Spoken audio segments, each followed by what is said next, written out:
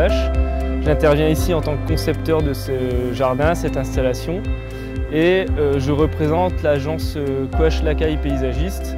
Nous sommes donc français, installés à Nantes, et dans l'atelier nous sommes trois, donc Maxime Coache, moi-même, Victor Lacaille et Luc Dallanora, et nous sommes tous les trois concepteurs paysagistes.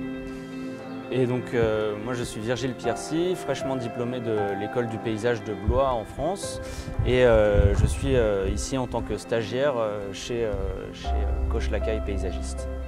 Donc je vais vous présenter notre installation.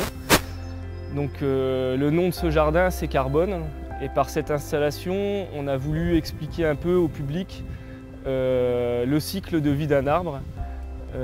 Puisque pour nous, en tant que concepteurs, quand on a réfléchi à une installation au Canada, ça nous a évoqué la forêt. Et on avait envie de travailler sur cet élément arbre et surtout quel est le lien entre l'arbre et nous en tant qu'êtres humains. Et puisqu'aujourd'hui, en fait, beaucoup d'éléments construits sont faits à partir de bois, on voulait rappeler que la base de ce bois, c'est la nature, la forêt. Et par cette installation, en fait, on raconte à la fois le cycle de vie d'un arbre, mais aussi, par conséquent, le cycle du carbone, puisque l'arbre, c'est un des éléments dans la nature qui stocke le plus de carbone. Et en fait, l'installation, elle se déroule de la sorte, c'est-à-dire qu'aujourd'hui, on a mis en scène un arbre mort, couché, qui aurait été, par exemple, déraciné par une tempête. Et donc, depuis la base de l'arbre jusqu'à sa tête, on raconte l'histoire du cycle d'un arbre, avec au pied les jeunes plants, et puis une décomposition lente de cet arbre. Et en fait, le fait de l'avoir brûlé, c'est un début de dégradation de cette matière. Donc pour nous, il reste vivant. Et dans une situation dramatique qui pourrait être un incendie ou une tempête, il faut voir cet arbre comme en fait un apport de matière organique pour les futures générations qu'on peut trouver autour, qu'on a symbolisé par tous ces petits plants qui vont venir pousser, qui en fait prennent la relève. Donc il faut imaginer que l'arbre sur pied prenait beaucoup de lumière et que lors de sa chute, toutes les graines en terre vont être exposées à cette lumière et vont germer. Et l'arbre qui était en place, lui, va être un apport sous deux apports différents finalement.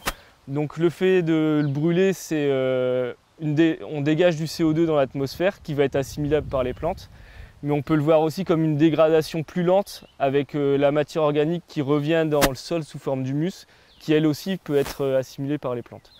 Donc voilà, ce qu'on voudrait retenir de cette installation, c'est que finalement il faut plus le voir comme quelque chose de positif que de dramatique, puisque il y a ce cycle et montrer que derrière un arbre mort, il y a toute une vie qui va apparaître, et notamment des nouveaux milieux. Et là, c'est ce qu'on montre avec le trou qui a été formé par la souche arrachée, où là, on a un milieu humide, on peut avoir plus de biodiversité et d'autres essences qui vont apparaître.